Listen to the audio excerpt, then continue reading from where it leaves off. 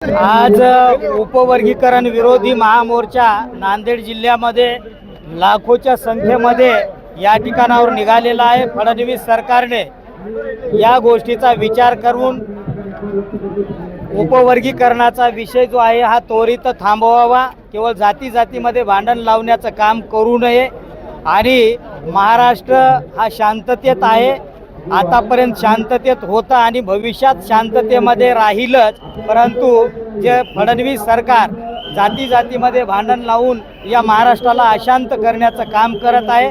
फडणवीस सरकारने होशमध्ये येऊन हा जो निर्णय आहे तो बंद करावा, अन्यथा याचा परिणाम फडणवीस सरकारला येणाऱ्या काळामध्ये भोगावा लागेल, एवढं मात्र निश्चित आहे।